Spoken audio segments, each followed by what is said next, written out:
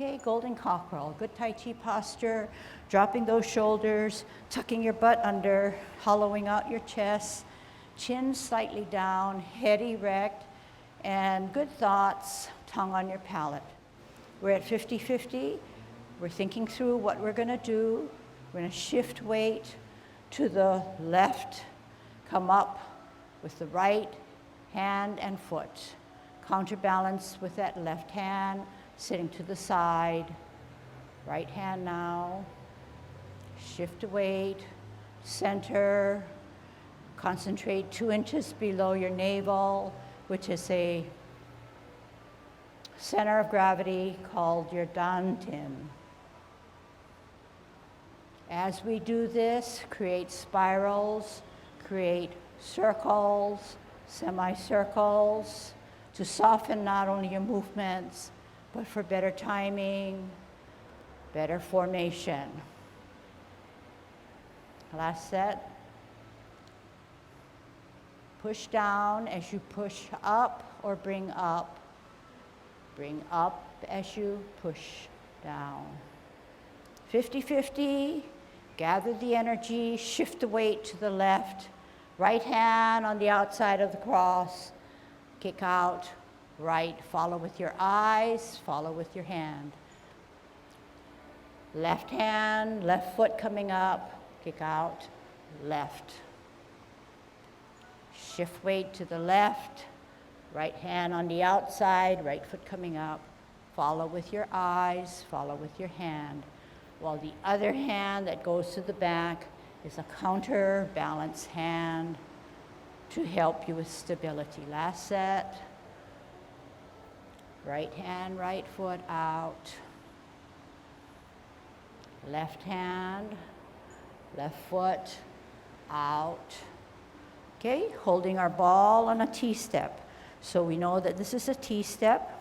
We know that we can't hold our ball or move in any Tai Chi movement unless we store the energy. So the right foot or back foot has to store almost all your energy, 90 to 99% of your energy, if not 100, to make the left foot an insubstantial foot. The left hand sits 2 inches below your navel. The right hand is at chest level, and you bring your elbows in to hold your ball nicely.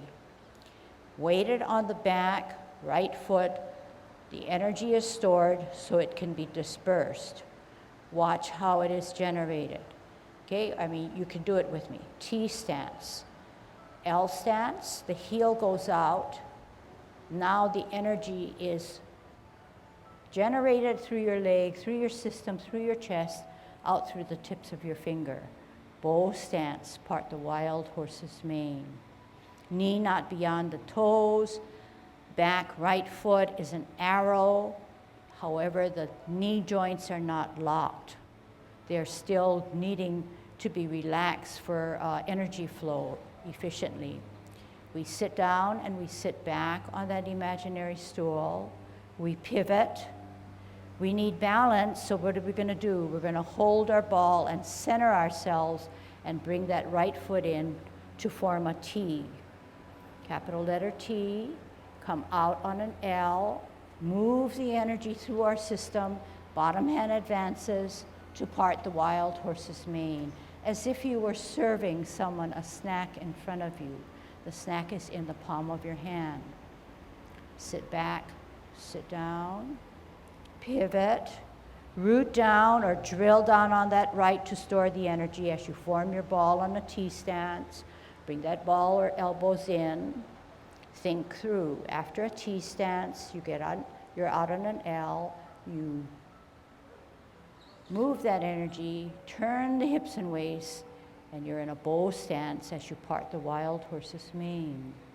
After a bow stance, you need to sit down and sit back. Then you need to pivot. Then you need to center with a ball on a T stance. You need to step out on an L, and you're going to have to turn your hips and waist to get into a bow stance. Sit back, sit down, pivot, root down, T and ball, out on an L, turn the hips and waist, bow stance. Sit back, sit down, pivot, root down, T stance holding your ball. Let's go over cloud hands, okay? I'll take it slowly. Take an L, bottom hand or right hand advances to go up the horse's mane. Here begins cloud hands. You stay in a bow stance, you flip the hand so that the right hand, you can no longer see the palm. And at the same time, you join it with the left hand where the palm can be, you can see it. You're in a bow stance. Sit back, sit down. When you pivot to the 12 o'clock, the right hand is in a cup position, 2 inches below your navel, and your left hand has a stem, addressing 12 o'clock, stem and cup. We want to get out to the 9 o'clock, so what do? We use the heel of our left foot and we pivot out. We get to the 9 o'clock, but at 9 o'clock at this point, 2 things happen. You flip the hands and you close the feet. Use your hips and waist to get to 12, which is a stem and a cup. Use your hips and waist to get to 3. 2 things happen. You flip the hands and you open the feet. 12 o'clock is a stem and a cup. 9 o'clock, only 1 thing happens. You flip the hands. You interchange the position of your hand. 12 o'clock is a stem cup. Use your hips and waist to get to 3. 2 things happen. Flip the hands, close the feet. Stem cup at 12. Use your hips and waist. 9 o'clock, 2 things happen. Open, stem cup. This time at 3 o'clock, we only flip our hands. At 12 o'clock, we shift our weight to the left and we come up as a golden cockerel. Okay, push down, push up. Other side, shift weight to the right, up left, up. Down, kick out, shift weight to the left, right hand on the outside, right foot coming up, kick out, right. Shift weight to the right, left hand on the outside, left foot coming up, kick out, left. Then we learn something that is almost like parting of the wild horse's mane, but it's called grasping of the bird's tail, which is very different. There are 2 components. We're holding our ball, we're heading to the right. We're going to ward off our opponent by using the forearm of our right or bottom hand.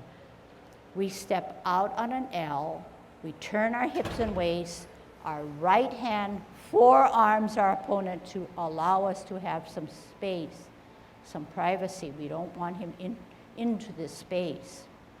To grasp the bird's tail, you turn your hips and waist and you reposition your hands and you sit back, sit down, turn with your hips and waist to look back.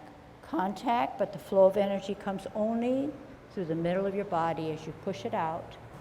Separate your hands and roll back and sit down. Spiral up and then lunge forward.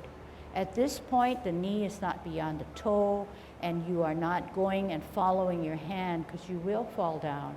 So you need to make sure that your dantian points are all lined up and your head is erect. And your shoulders are dropped.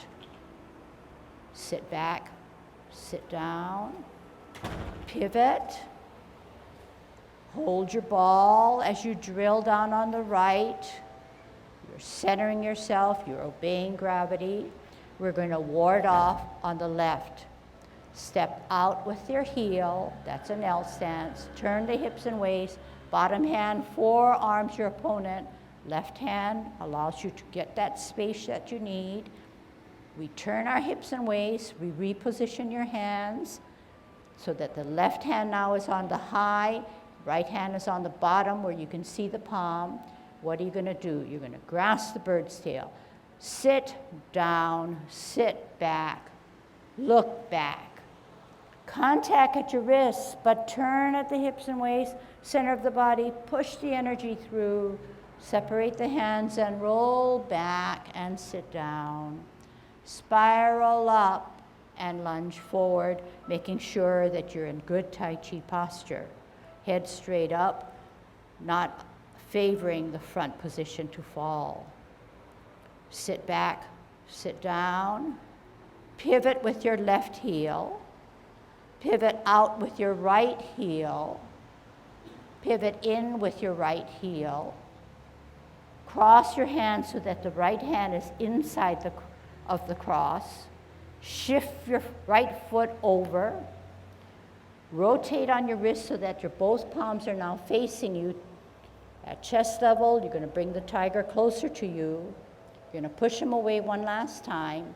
Separate the hands so the palms are downwards. Now, to close, you're going to drop your shoulders, tuck your elbow, flex your knees, let gravity take you down, wrap around, heel comes up with the left, off the ground, toe down, closing form. Okay? So, putting all the pieces together, let's take a look at repulsing of the monkey, okay? Repulsing of the monkey. What does repulsing of the monkey do? You're pushing the monkey away, and you're pretty much stable, but the stability comes when you're flexing your knees. You want to be grounded, you want to be rooted, because it's a martial arts exercise or intent. So if the monkey is in front of you, you're not going to stand up straight and you're not going to just push him like this and using only your hands. But what you're going to do is you want to firmly root down to be safe so that you can do justice to push him away. But you're going to have to center one hand and you're going to have to use your whole core and mind to meet him and then push him. And you have more force by pushing and pulling him back, pushing and pulling at the same time. You center, you glance at the upper hand that's higher, or the back hand. You bring that hand to your ear. You turn your neck. You meet the hands in the middle, and you push forward, pull back at the same time, okay, at the same distance. Then you wouldn't want to do this, right? You want to make sure that your head is straight up, push back like this, okay? So every time we do any Tai Chi, engage your core. So what's your core? Your core is the most important part of your body. It's central to your system. So if I felt that I needed to do a good repulsing of the monkey, I would already feel something that's contracting, expanding in the back here. Whereas if I did not, I would just use a flimsy motion to do a hand motion. And I wouldn't feel anything that's going on in my core. But that's not Tai Chi, okay? So Ken's standing here saying, don't forget now, when you do all this, this needs to be moved. Not to the point of moving this way, but moving and moving. It's flexing. It's helping us to use our core rather than be so stiff and just straight ahead. This guy is moving, okay? Just like cloud hands, but not to that extent, okay? I'm going to turn around this way and let's practice that, okay? So we said to have good Tai Chi posture in all movements, we need to root down, whether it's the back foot, because we want to create an insubstantial, or we want to create a more powerful stance. Everything has to be rooted. We have to obey gravity. We cannot do justice to that if we're standing straight up. If we're standing straight up, that means the heaviness of your feet are not as well established as you flex. So you see Tai Chi performers where they can go very low they're probably younger or have started Tai Chi at an earlier age. For ourselves, for me, I would practice a medium stance rather than a low stance, and I want to get away from a high stance. But eventually I'm going to have to adjust that level of playing Tai Chi. So once we establish this, our left hand is in the middle. Middle meaning the middle of our body rather than the side or to the side or across our body, across the midline. So about midway. And we also know that that arm, the elbow, is never extended out. Once it's extended out, the energy is locked. There's no flow of energy. So we want to extend it out, and then we want to retract it a little bit so that there's a nice relaxation. So that's in the middle of our body. The right hand is up higher, meaning it's not at the same level, but slightly higher, probably about eye level, without tipping your head. You're going to follow the backhand at a glance to your ear or near your head. You're going to turn your neck as you turn your hands. You're going to meet the hands in the middle. This is how we meet the hands in the middle. The left hand remains with a cup, and this guy comes in and is here, and we meet it right here. After we meet it, then the top hand pushes forward and the bottom hand pulls back, okay? So let's do that again. Left hand in the middle, right hand up higher, and you're glancing at the back hand. The shoulders now are not raised. The shoulders are dropped. Are your shoulders dropped? Bring the back hand to your ear. Turn your head and neck. Meet the hands in the center. Push the top hand forward as you bring the bottom hand back to your hip. The other side. You're going to leave that right hand there, and you're going to actually turn. As you turn to look at your left hand, the right hand, the palms are now up. As you glance at that back hand, it comes to the ear, using your core, turning your head and neck, meeting the hands in the middle, slide forward, slide back. Here's a drill. Center, higher, glance, ear, turn, meet, slide. Center, higher, open, glance, ear, turn, meet, slide. Center, higher, open, ear, turn, meet, slide. Center, higher, glance, ear, turn, meet, slide. Center, higher, glance, ear, turn, meet, slide. Center, higher, open, glance, ear, turn, meet, slide. After repulsing of the monkey, we're going to have to brush our knees. So how do we do that? We have to get into a T stance, so the feet takes a formation of a T. Our hands are now like this. The right hand is higher. The left hand is to your shoulder. We're still rooted down, because once you decide on the level in which you are going to play Tai Chi, you need to keep that there, okay? Now we're going to do brush knee. So what do we do with brush knee? We do three things. The top hand comes to the ear, while the left hand comes down. And then we step out with our left heel. Here we go, three things.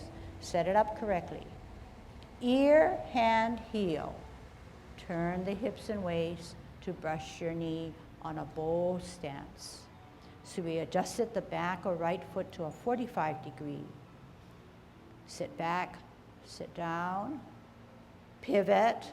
Left hand higher as we root down, right hand to the shoulder, forming a T stance. We set it up correctly. We want to multitask to brush your knee.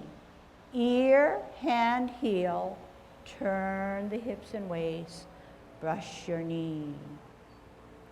Sit back, sit down, pivot, right hand higher, left hand to your shoulder, T stance. Energy stored on the back or right foot, all together. Ear, hand, heel, turn the hips and waist, brush your knee. Sit back, sit down, pivot, left hand higher, root down, T stance. All together. Ear, hand, heel, turn the hips and waist, brush your knee. Sit back, sit down, pivot, right hand higher, left hand to your shoulder. What do? Top hand comes to the ear, left hand comes down, and you step out on an L stance, and you turn your hips and waist. Ear, hand, heel, turn the hips and waist, brush your knee. Sit back, sit down, pivot, left hand higher, right hand to your shoulder, all together. Ear, hand, heel, turn the hips and waist, brush your knee. Sit back, sit down, hold your ball on a T stance, and then keep your T stance and let me look at you, okay? I'm gonna turn around, you keep your formation, okay? Okay, very good, very, very good, okay. Okay, you can relax. So, think about the first day that you took Tai Chi class, and you think about what you're doing now. Yeah, it's a lot of progress, but there's always room for improvement, even for a seasoned 10-form student. There's always stuff to learn, okay? So we're each on our own journey. We take it as it comes, and we enjoy what we can do, and we build on what we have, okay? So brushing your knee is one of the hardest, and I would couple that with cloud hands. But we all have some experience, and we've already set a platform. So all we now need to do is work on it a little bit more and refine it. And enjoy it, of course, okay? Don't make it a chore or a burden, that it's something that's so hard that you can't do. But in the process of practicing, just enjoy it and laugh at yourself. Why not, you know? All right. So we can see some characteristics of Yang style. Yang style is not forceful, it's smooth, it's slow, not unlike other families or styles of Tai Chi that go very fast, okay? So it's slow. It uses a lot of roundedness, not just in the ball, but in the positioning of the hands. It's rounded, okay, rounded, spiraling. It's continuous. There's no break in any of your movements. So it may not appear that the person performing is stopping, but within the performer, you can feel, she or he can feel that there are more muscles that are being expanded, chest being opened, and just growing taller in certain positions. And there is a slight pause, but the energy is never abruptly stopped. And it's always spiraling and very serene. In the same tempo. In the same tempo, what I mean by that, it's never slow and then fast and forceful, but everything is in the same pace, same rhythm. But along that line, remember I was telling you when we started working on repulsing of the monkey, I said that we wanted to obey gravity. We were in a martial arts stance, and we needed to weight down. And so you took me very well. You understood what I said, and you said, well, I know what she means. I'm going to come down lower. But you know, if we're not in a good conditioning, this lowness, even for me, will catch up with me so that I would have to say, oh my goodness, I need a breather, and I change my stance. So that's not Tai Chi. So what we want to establish is a comfortable level in which we can play Tai Chi and keep that level there all the time. So if I choose this level, every time I move, I should be in the same level. If my level is high, which, you know, it's a little harder for me because I know that if I'm high this way and I say no one should be high this way, is because both feet are weighted. In order for you to establish a good routine and a practice, the foot that needs to move can never be weighted. If it's weighted and you move, that's when you're going to fall or stumble. But in doing that, when you establish your level, if you want to go to an extreme and exaggerate it, then of course that level has to be done throughout your movement, throughout the entire time. So you want to establish something that's comfortable. Okay, we don't want to see the bobbing of up and down, because that is not Tai Chi, okay? All right, so those are some things to kind of keep in mind, and as we practice and get more efficient, we can start to incorporate them, okay? All right, let's see now. We covered repulsing the monkey, we did cloud hands with the parting of the horse's mane. Let's look again at grasping of the bird's tail and closing form, okay? All right, so we said that, and maybe even cloud hands. So we said that we needed to grasp the bird's tail, but before grasping of the bird's tail, we needed to ward off.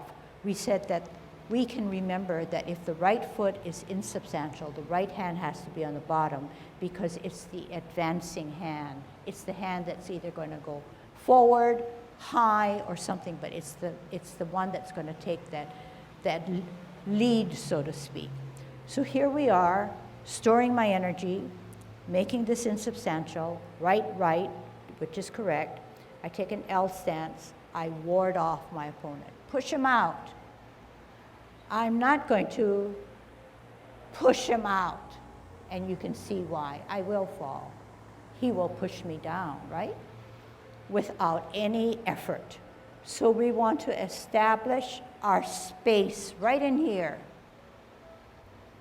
Then we're going to turn our hips and waists, reposition our hands as if we have a grip on the bird's tail, if not our opponent, and we're going to sit down, sit back, turn at our hips and waists to look back, not too far back, contact with our wrists, turn again with our hips and waists, and push the energy through.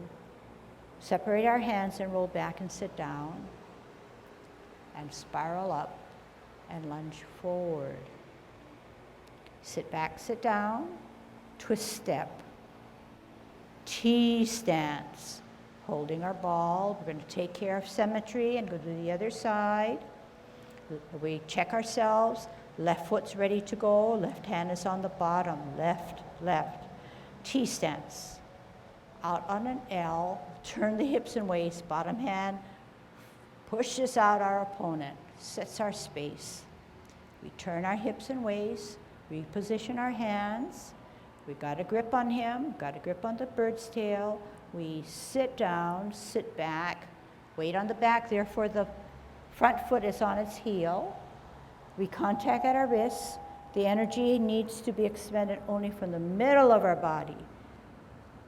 Separate the hands and roll back and sit down. Spiral up and lunge forward. This is a drill. Sit back, sit down, pivot. Left foot, drill down, T stance, right foot ready to go, right hand on the bottom, holding your ball. Make sure your shoulders are down. If your shoulders are up, you don't have stability. Step out on the right heel, bottom hand advances to ward off, set that space that you need. Turn your hips and waists, reposition your hands, Bring down the bird's tail. Sit down. Sit back. Turn at the hips and waist to look back. Contact. Turn again. Middle of the body. Push the energy through. Separate the hands. Roll back. Sit down. Come up and lunge forward. Sit down, sit back. Twist step. Right hand on the top.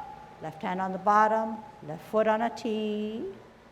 Step out on an L. Bottom hand advances. Pushes out your opponent.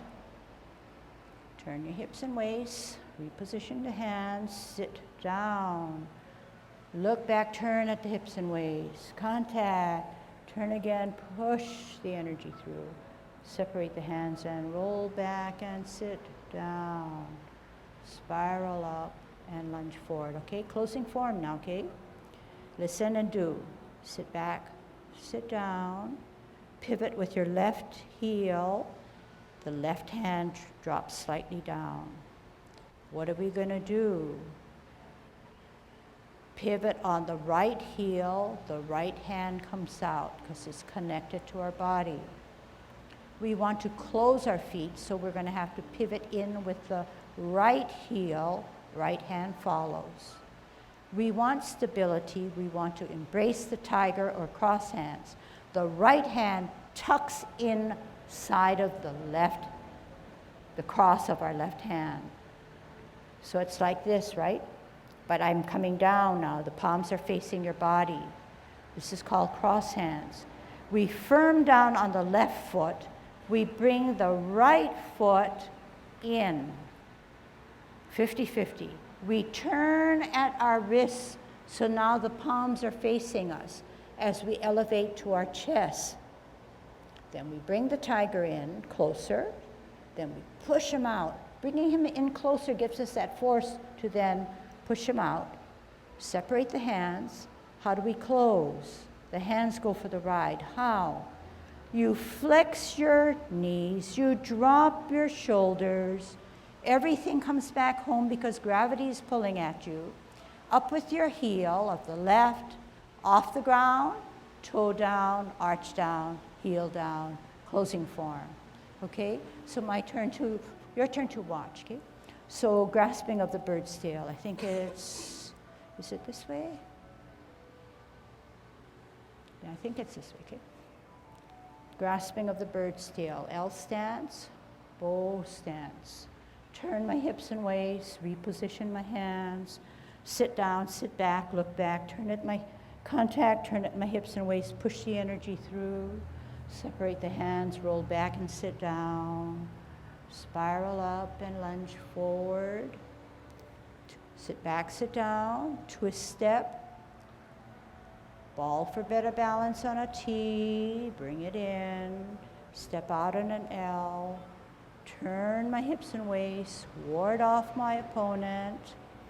Turn my hips and waist, reposition my hands. Sit down, sit back, look back, contact, turn again, push from the center. Separate, roll back, sit down, spiral up, lunge forward. Sit back, sit down, twist, open, in, embrace, right hand on the inside, shift the weight over, rotate, bring him up to your chest, push him closer, push him away. Separate the energy. What do? I drop my shoulders, I flex my knees, I tuck my elbow. I let gravity take me down as I lift the heel off the ground, toe down, arch down, heel down. Closing form. So, yes, it's slow. Yes, it's relaxing. Yes, it's not easy. It's actually easier. It looks easy as you watch, but when you actually perform, it's pretty challenging. But once you overcome and you know the sequence, you know the ins and out of the movement, you are empowered. You feel that relaxation. You have it on, you feel on top of the world, and that's what we want to do. it's not that we're performing, but it's what we're feeling and what we can do with our whole body that invigorates us, okay? And not it's in a nice way to keep our health or improve our health.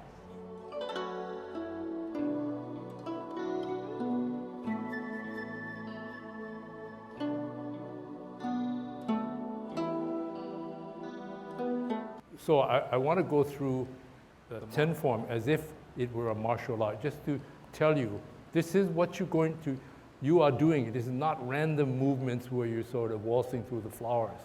You are using something which is tried and true from a martial arts standpoint, but we can use it for helping our bodies and our minds. So, to begin with. So, when you're getting ready, you plant your feet on the ground and you get yourself in Tai Chi posture.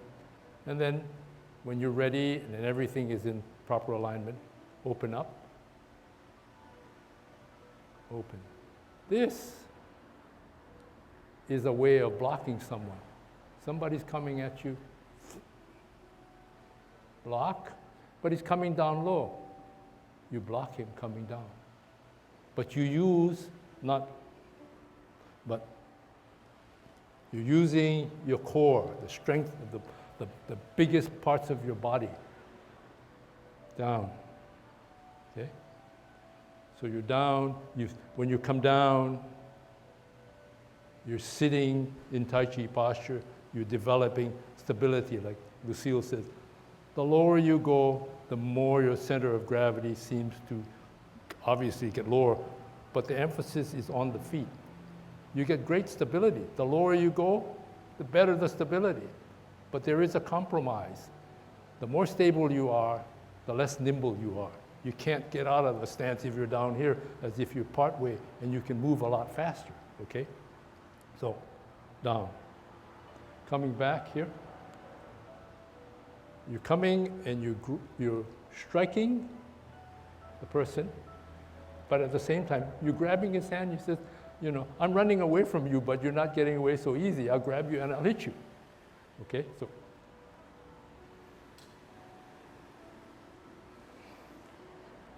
Then brush knee. You use the hands to balance, but you're coming down. You're going to sweep him away, and you're going to strike him. Again, you are. Drop the shoulder, drop the elbow. What's happening? All of your power from down here is coming this way. Also, you're delivering your energy, how we like to do it, rotation, advancement. Okay, so that's where your power, when you're doing this, you're transferring power by rotation, but if you keep everything vertical, what happens? You maintain Tai Chi posture, you're very stable, okay? Very stable, okay? And then we come back, we hold our ball to get centered, but being centered, he says, hey, you're gonna try to hit me? I got you, I can go this way, I can go that way, whatever. I'm set, okay? Step out, turn and advance. I'm pushing this guy, but this hand is grabbing. I grab you and I also get underneath your armpit and I sweep you away, okay? Come back, protect yourself, center yourself, come back out again. Cloud hands, switch, block here, push away here. If he's coming here and I can get him, I can grab him, but turn. Come back out again. Go back the other way. Block, drop and grab, we'll block.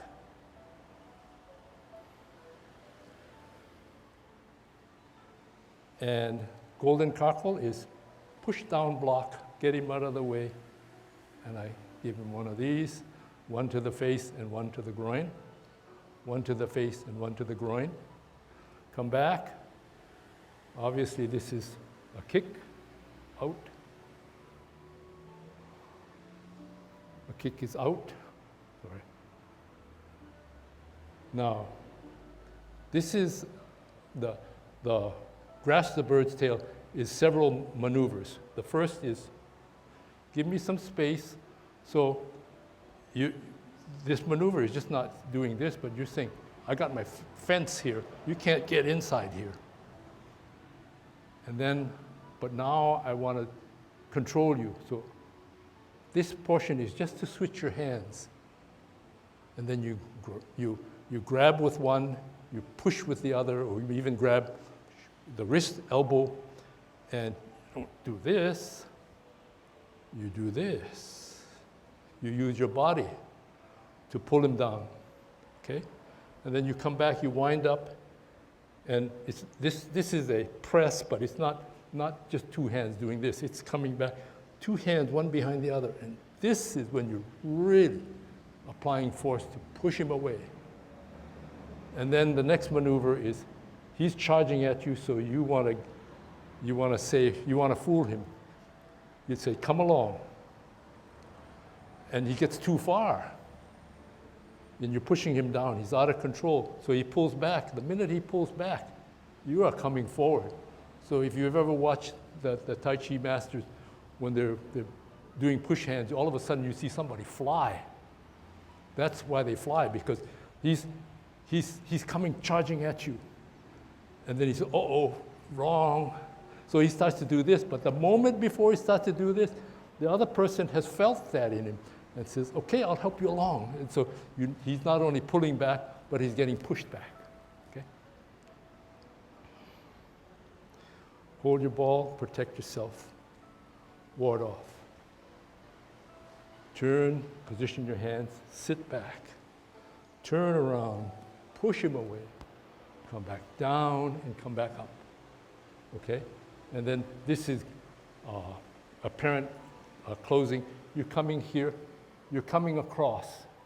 You can come across at the top of his head, you can come across go past his head and come back and hit him this way, because what you're going to do is come down, and this hand is coming this way. You hit him on the outgo, you turn, you don't hit him, you go this way, but you come back this way, or you say, I don't want to do that. I'm going to come down, I'm going to grab him by the waist, and then I'm going to come back and grab him, and as I grab and I come up, what happens? He's going over this way, okay? So,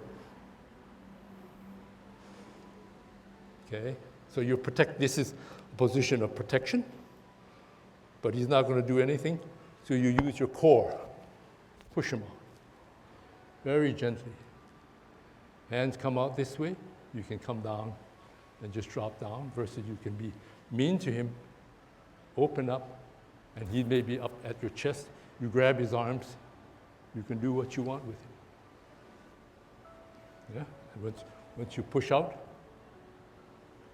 calm down, close up, and then you're home.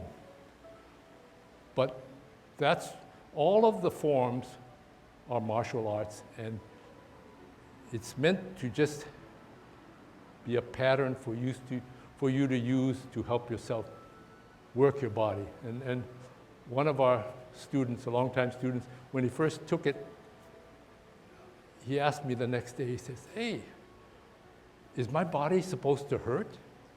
And I said, yes, because you're doing parts of your body, moving parts of your body in different ways that you've never done before. And that's the product of it. But with time, you build enough strength and endurance, that goes away. Okay, so that was very good. I learned a lot. When I first took Tai Chi, I didn't want to have anything to do with martial arts.